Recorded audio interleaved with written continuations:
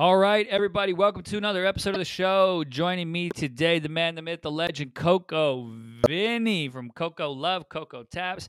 Vinny, what's going on, man? Hey, good afternoon, man. Jordan, good to catch up with you. Yeah, I'm excited to have you on and talk through everything that's going on in the, world of coconut water. And I know you have some exciting developments. So before we get into kind of like the brand and where it's going and the brands, let's kind of lay the foundation, man. What's your story? How did you get into coconuts? Walk me through that journey, what it's been like so far, and then we'll pop in. So I discovered coconuts by pure universal coincidence, so to speak. I had left my last company. I was super overworked and just burnt. And so I went walkabout. I hired a CEO at my last company. It was called Zen Entertainment, and just went walkabout. Really connected back to my source and what was important to me. I did a 5-year stint, 18-hour days. We raised millions of dollars in venture capital for that last company. And I just said, this isn't it. I went back to basics, connected with my mom. Over the last 7 years, I was able to just, spend extra time with my grandma. She just passed. She was 105, but we spent the last decade of her life together, her and I, at least two, 3 times a week. And I realized that the most important thing to me isn't necessarily revolved around monetizing money. It's actually about people, healthy people, healthy planet, and having fun. And so those are my 3 things. And I was doing some Ironman stuff, and I discovered that I didn't like the taste of packaged Tetra Pak coconut water. It was awful. And that's where it all started. So I invented the tap for the coconut, and that's how Coco Taps was born. Got a patent on that. And then it's evolved. And now we have a full beverage distribution company. Coco Love is our own canned coconut water. I've been on SharkTank and on The Profit. So it's been an evolution and an adventure. And I've enjoyed every minute of it. So it's been wild. I love it. So it's interesting, right? And seeing this progression, I love that you were able to take a second to go, whoa, hey, like, what am I grinding for here, right? Like, what I need to detach my personal worth and value from a company.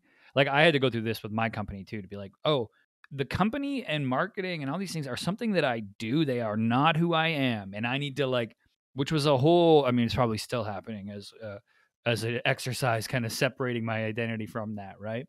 I'm happy to hear that you're able to do that, spend time with family, understand, okay, I want to do something that has purpose behind it, right? And that's one of the interesting things. So you mentioned it there, you were on Shark Tank, The Profit. Now, when those episodes, I guess one, I'm sure that was an interesting experience, but more so now, those shows rerun. Whenever it runs, do you all see like a sales bump that day? Is it just amazing? I mean, every time they run our episode, we see it we're like, oh, Shark Tank's running again, because we'll sell some products off our website. And it's just like, it's awesome. It's like a residual brand equity building exercise. So I love it. Yeah, we dig it. No, that's amazing, right? Yeah, you'll take that commercial every time, right? That's cool. But I want to talk a little bit now about your purpose, right? Getting to this, which is, okay, you've got the goal. You want to plant 1 million coconut trees, right? 1 million coconut trees. Whereabouts would we plant them? Yeah. So last year I planted 34,000 trees already. We have 200 acres in Puerto Rico, 200 acres in Costa Rica, and we're opening escrow on some farm in Big Island, Hawaii. Amazing. So, it's a lot closer than Thailand or even Vietnam. You're going to knock about 7,000 to 8,000 miles off of that trip, and it'll be a fresher coconut right there, off the tree. So pretty aggressive goal. Once we do accomplish that goal, we'll basically control the United States coconut supply. There you go. Yeah, I mean, I love big goals like that, though. It also is a clear mission, right? When you can get the team around to go, all right, we have a finite number that we're trying to hit. Okay, here's exactly where we are. I'm a big fan of this kind of a tangent side, but when the charity side of things, so they actually did exercises with charities during Hurricane Katrina and fundraising. And it was interesting because you'll have a charity will come out and go, we want to end hunger, or we want to stop STDs, or we want to do whatever. But the ones that actually have success are the ones that come out. So Brad Pitt had a charity where he said, our goal is to build 200 homes following Katrina. Oh, everybody within the org, it's only like a 6-person team, right? If you're a 6-person team saying you're going to end world hunger, it's kind of like, okay. But a 6-person team can go, okay, 200 homes. That's our metric. And they start to work against it, right? So I love having that, like, it's 1 million. Cool. We did 34,000 last year. Great. Now it's just like it's easy to visualize and wrap the head around as a team. So that's yeah, big fan of that. Cool, man. How has that been like with regards to splitting your time, from going scoping farms, being a supplier, but also managing a brand? How do you split that up with your time? It's been a lot of work. I would say the team that we built around the distribution and the brand and has helped me go out and work on that bigger mission because we have some awesome people here at Coco Taps, and they're from other big beverage organizations, from Pepsi and Coke and different places. So they're doing the blocking and the tackling in the business, and I get to work on the business a lot as the chief coconut. I'm guiding the direction, and we're all rowing together. So it's pretty cool. We got our targets set. That's awesome. And Coco Taps was first, and that's the one that we've seen on the shows and everything. Now Coco Love, you're now getting into, a more traditional F&B product. Uh any big learnings that have come out from that? Like, oh dang, we didn't expect that. It could be shipping costs, it could be I mean, you name it. But There was two things that have been amazing to learn. We pretty much the hard lessons were all learned here with the fresh tapped coconut. This puppy is got a 3 to 4 week shelf life. It has to be held in cold chain. Extremely difficult to market because it's higher price, less storage, less shelf life. Difficult, but we turned that into $1 million business, so which was amazing. And the positive lessons by launching this, we thought a lot of our customers were going to just ditch the coconut after this. They didn't, and now they're selling more of both. That was a good lesson. And then another lesson was that people just want convenience. And the fact that this has a 2-year shelf life and can be shipped without cold chain, without refrigerator trucks, is unbelievably much. Everybody loves it. They just say bring it in. Like our sales are off the charts now. So we're gonna have we lit up 250 accounts in the last 5 weeks for awesome. Coco Love, and it'll be to 1,000 accounts by in August. So I mean, just that kind of acceptance from the market, and the taste is unbelievable. So I'm learning that it didn't have to be hard. We went the hard way. But I think the fact that we did blaze that trail and pave that trail, now it's so easy for us to just go plug into that. Yeah, you kind of came in. If it's like if you come in too traditional, food and beverage, but you come in through the side through, the full coconut, right? It's a very, like you're saying, there's not very many competitors to the full coconut, right? When we look at that and the Coco Taps, and okay, it's its own thing, it's its own beast. It's very much I'm gonna drink it on the Vegas Strip or on the beach, but like you're saying, so then you get all those hard lessons, but it also you're able to meet a lot of retailers, you're able to see what are they looking for, all of that, and then you go, okay, cool, we got a stabilized product, good 2-year shelf life, we'll ship here, boom, boom, boom, and like you're saying, it's that acceptance, but you've got the differentiator of like, nah, coconuts, like you're like, I live this. I'm not. It's not a trend for me. Like, so I love to see that. Yeah. So like I'm looking on our board here, our core values: trail maker, team collaborators, enjoys life, we're reliable, and we care about people and the environment. Those are our 5. So it's like we hire to those, we get customers with those. We have to all be in alignment, like what we're doing here. And then we say it every time, we're okay if we're not for everybody. We just want the cool people that want to change the world. So that's how it's been working. So That's yeah, awesome. And in terms of like the company, and you said you got 250 accounts, are y'all going? Is that like is there a regional focus, or is that just trying to get things across the U.S.? Is there more of a our strategy is really, really lasered in. So we want to basically go deep in our backyard which is we're going to own Vegas. And Vegas should be able to grow to 15 million in revenue over the next 36 months. And we're lighting up distributors, strategic distributors who want to be a part of this, lighting up Fort Worth, Hawaii, SoCal, Guam, just Puerto Rico. So we're going to be sending product in containers. We already actually do tapped coconuts in Puerto Rico. That's been really successful. Our facility goes live in Miami in a few weeks. We just lit Royal Caribbean Cruises is going live on their ships, on their island. So a lot of good stuff's happening. It's an organic approach, though. We don't need to go everywhere at once. So you can have anything, you just can't have everything at the same time. Which is interesting, right? I always feel like with brands, and sometimes investors want to push things a certain way, and there's a lot, I guess. How are you, like, first, did the company, are there outside investors? And if so, how do you, like, okay, we're going to go with this, like, just steady plan, right? We're going to attack things. We're not just going to do a nationwide commercial because it's the hip thing to do, right? That we're going to make sure that we're good. How do you weigh that if there is those investors, or was it about getting the right investors, or, how does that look?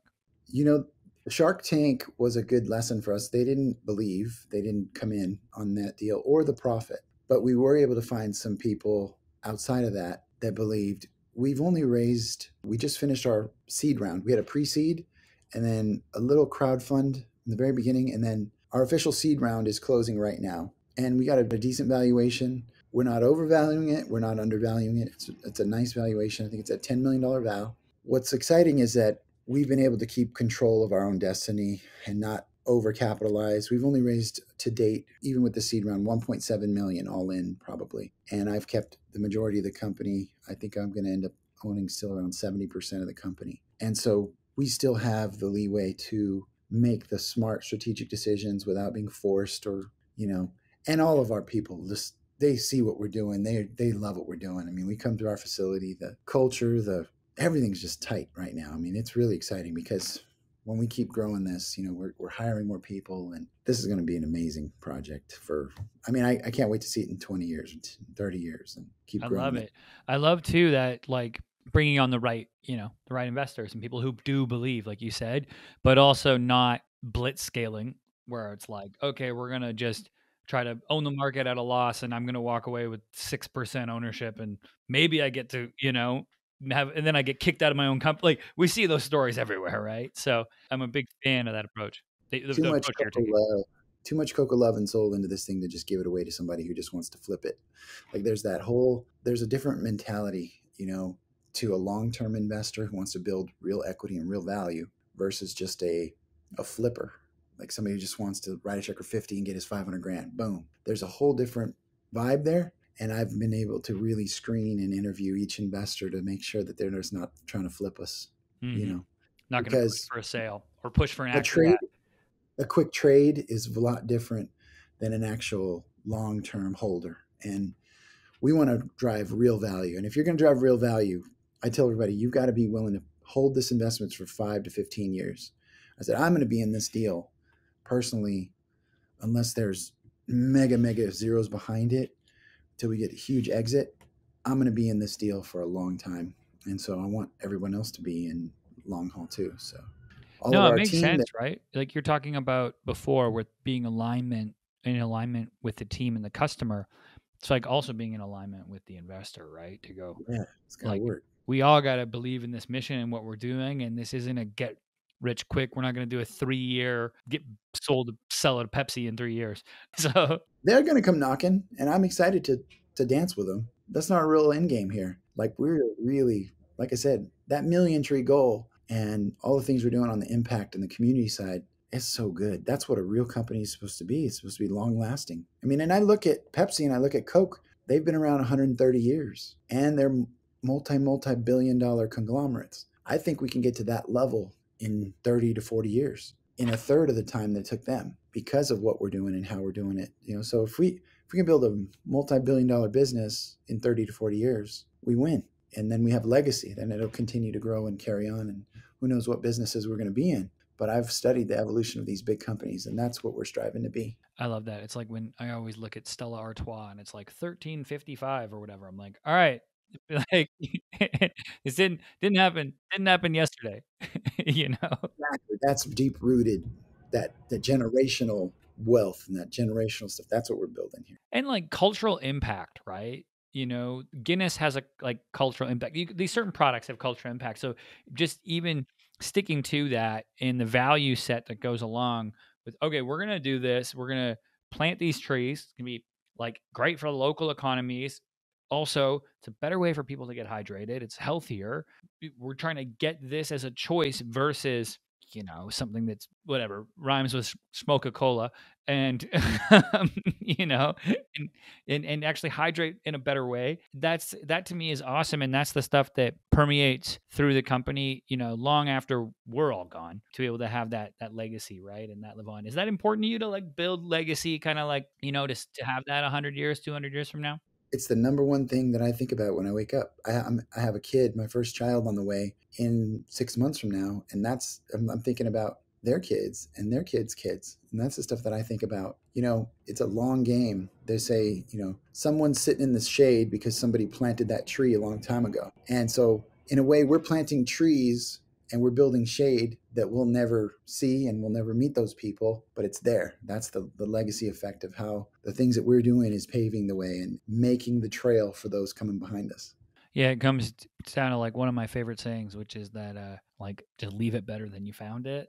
And I love that. It's so simple, but honestly, like, that's one of my life mottos. So I think that to me rings true, and you can see, you know, through everything that y'all are doing with Coco Taps and Coco Love. So that's awesome, man. You know, that song, you know, they pave paradise and put up a parking lot. I want to reverse that. I want to start buying parking lots and planting trees and doing crazy stuff like that, just reversing it. I love it. And like building soil instead of building a bunch of big buildings. And like, we got enough of that. You know, we want to create more food security. Food, air, and water. Clean food, air, and water are going to be the most valuable commodities on earth. Clean ones, Oh clean yeah, sources. and, like, you live in the desert, but the food deserts, which is a whole other thing, is totally real, right? And like you said, we got enough big buildings, and you're seeing commercial real estate. Nope, nobody's going to office anymore like that before. So yeah, there's not a lot of opportunity to kind of change the ecosystem. We see a lot of opportunity in agriculture long term through AI and automation and robotics. We're going to see a whole different landscape in the next 5-10 years here with food production and food. You know, I just love seeing the evolution of what's going on. We're going to be right up in it. I love it, man. It's really exciting. Now, before I let you go, I want let you kind of let people know, where can they get some Coco Love or Coco Taps? Where should they go? They want to try the product. What's the move? Okay, so you can go to cocolovewater.com, and all the listeners of the podcast get a special discount. Just put Coco Love VIP 15, and again, all caps, Coco Love VIP 15. Put that in at the checkout. You're going to get 15% off your whole order. Really, really excited. Follow us on, you know, at Coco Love, at Coco Taps for you. I also have my own at Coco Vinny. That's COCOVINNY. We're on all the platforms, but we're really, really, really excited to just serve and help hydrate the community. I want to meet every single one of you guys that are listening in. Reach out to me. Let's connect. Come to Vegas, give you tours of the farms, Costa Rica, Puerto Rico. Hawaii is going to be lit. So I'm really excited to just, I'm glad you guys invited me on the show, Jordan. Thanks for having me. No, this is awesome, man. And for anybody listening, go get you some Coco Love. We'll put links to everything in the show notes, so you don't got an excuse. You got a coupon code. Get your little fingers going. Go to the website, grab some product, give it a try. Coco Vinny, thank you so much for coming on today, man. I appreciate it. Yeah, appreciate it. Coco Love, man. We're going to hook up in LA. For sure, for sure. Awesome. Thank you, everybody, for listening. As always, I'm your host, Jordan Shelton, and I'll catch you next time.